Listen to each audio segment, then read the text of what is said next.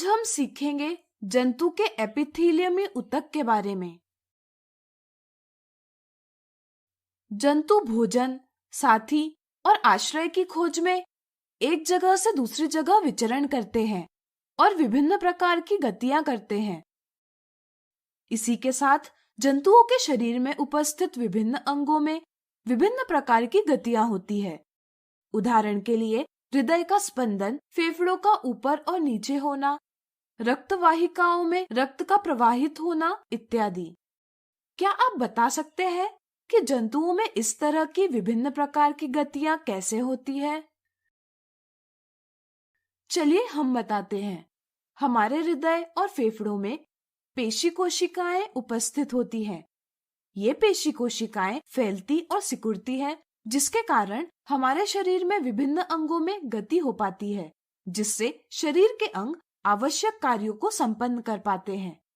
हम जानते हैं कि शरीर में एक निश्चित कार्य एक निश्चित स्थान पर कोशिकाओं के एक विशिष्ट समूह द्वारा संपन्न किया जाता है। कोशिकाओं का यह समूह ऊतक यानी टिश्यू कहलाता है। जैसे रक्त और पेशी दोनों ऊतक है, शरीर के विभिन्न कार्य विभिन्न ऊतकों में विभाजित होता है, जिसे हम श्रम विभाजन यानी डिवीजन ऑफ लेबर कहते हैं। ऊतक के कार्य करने के आधार पर जंतु ऊतक को एपिथेलियमी ऊतक, संयोजी ऊतक यानी कनेक्टिव टिश्यू, पेशीय ऊतक यानी मस्कुलर टिश्यू और तंत्रिका ऊतक यानी नर्वस टिश्यू में वर्गीकृत किया गया है। अब चलिए जंतु के एपिथेलियमी ऊतक को विस्तार से समझें। जंतु के शरीर को ढकने और बाह्य रक्षा प्रदान करने वाला ऊतक एपिथेलियमी ऊतक है। शरीर के अंदर उपस्थित अंग और गुहिकाएं एपिथेलियम ऊतक द्वारा ढकी हुई होती है।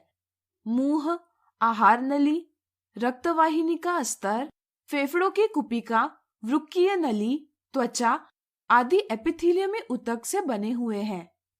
शरीर में उपस्थित विभिन्न प्रकार के शारीरिक तंत्रों को एक दूसरे से अलग करने के लिए एपिथेलियम ऊतक अवरोध यानी बैरियर का निर्माण करती है। एपिथेलियम ऊतक की कोशिकाएं एक दूसरे से सटी हुई होती है और इनके बीच बहुत कम स्थान होता है, इसलिए यह ऊतक एक अनवरत परत यानी कंटिन्यूअस लेयर का निर्माण करता है। इन परतों के बीच चिपकाने वाले पदार्थ कम होते हैं। शरीर में प्रवेश करने वाले और बाहर निकलने वाले पदार्थ एपिथेलियम की किसी परत से होकर गुजरते हैं। इसलिए एपिथेलियमी कोशिकाओं के बीच में परागम्यता यानी परमिएबिलिटी है, जो शरीर और बाहरी वातावरण में पदार्थों के आदान प्रदान तथा शरीर के विभिन्न अंगों के बीच पदार्थों के आदान प्रदान में महत्वपूर्ण भूमिका निभाती है।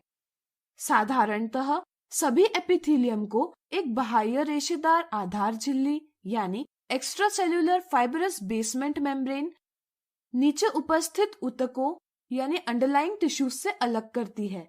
एपिथेलियम ऊतक के कार्य करने के आधार पर एपिथेलियम की संरचनाएं भिन्न प्रकार की होती है। शरीर के ऐसे अंग जहां पदार्थों का संवहन वर्णात्मक परागम्य झिल्ली यानी सिलेक्टिव परमिएबल मेम्ब्रेन द्वारा होता है, वहां पर चपटी एपिथेलियमी ऊतक कोशिकाएं उपस्थित होती है। इनको सरल शल की एपिथेलियम कहा जाता है। यह अत्यधिक चपटी और कोमल होती है, जिसके कारण यह कोमल अस्तर यानी लाइनिंग का निर्माण करती है। मुंह और आहार नली का अस्तर सरल शल की एपिथेलियम से ढका हुआ होता है तथा शरीर का रक्षात्मक कवच यानी त्वचा सरल शल की एपिथेलियम से बनी होती है। यह एपिथेलियम निश्चित पदार्थों का वहन करने का कार्य संपन्न करती है। त्वचा की एपिथेलियमी कोशिकाओं को कटने और फटने से बचाने के लिए त्वचा में कई एपिथेलियमी परतें उपस्थित होती है।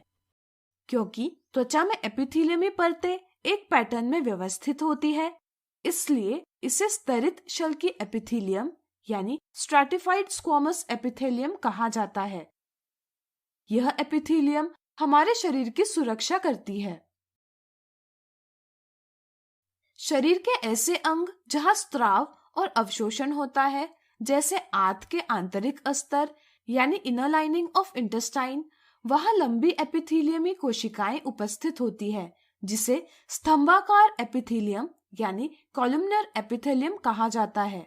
यह अवरोध को पार करने में सहायता प्रदान करती है।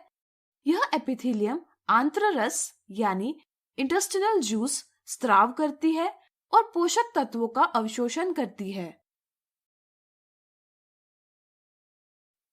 श्वास नली यानी ट्रकिया में उपस्थित स्तंभाकार एपिथेलियम पर बाल जैसी रचनाएं उपस्थित होती है, जिसे पक्षमाभ यानी सिलिया कहा जाता है। इसलिए इस प्रकार के एपिथेलियम को हम पक्षमाभी स्तंभाकार एपिथेलियम यानी सिलिएटेड कॉलमनर एपिथेलियम कहा जाता है। यह पक्षमाभ गति करते हैं, जिसके कारण श्वास नली में उपस्थित श्लेष्मा यानी म्यूकस आगे की ओर स्थानांतरित होता है, जिससे श्वसन मार्ग यानी नेसल पैसेज साफ होता है। लार नली यानी सलाइवरी डक्ट और वृक्कीय नली यानी किडनी ट्यूब्यूल्स के आंतरिक आस्तर घनाकार एपिथेलियम यानी क्यूबॉइडल एपिथेलियम से बना हुआ होता है, जो उसे यांत्रिक सहारा प्रदान करती है और लाल का स्त्राव और मूत्र में से अतिरिक्त पदार्थों को अवशोषित करती है। कभी कभी एपिथेलियम में ऊतक का भाग अंदर की ओर मुड़ा हुआ होता है, जहां कुछ एपिथेलियम कोशिकाएं ग्रंथि कोशिका के रूप में अतिरिक्त विशेषता अर्जित करती है और एक बहुकोशिकीय ग्रंथि का निर्माण करती है, जिसे ग्रंथिल एपिथेलियम यानी ग्लैंड्यूलर एपिथेलियम कहा जाता है। लाला ग्रंथि यानी सलाइवरी ग्लैंड्स, स्वेद ग्रंथि यानी स्वेट ग्लैंड्स और तैल ग्रंथि यानी सेबेशियस ग्लैंड ग्रंथिल एपिथेलियम के उदाहरण हैं। यह एपिथेलियम पसीने और श्लेष्मा का स्त्राव करती है। तो आज हमने सीखा जंतु के एपिथेलियम में ऊतक के बारे में।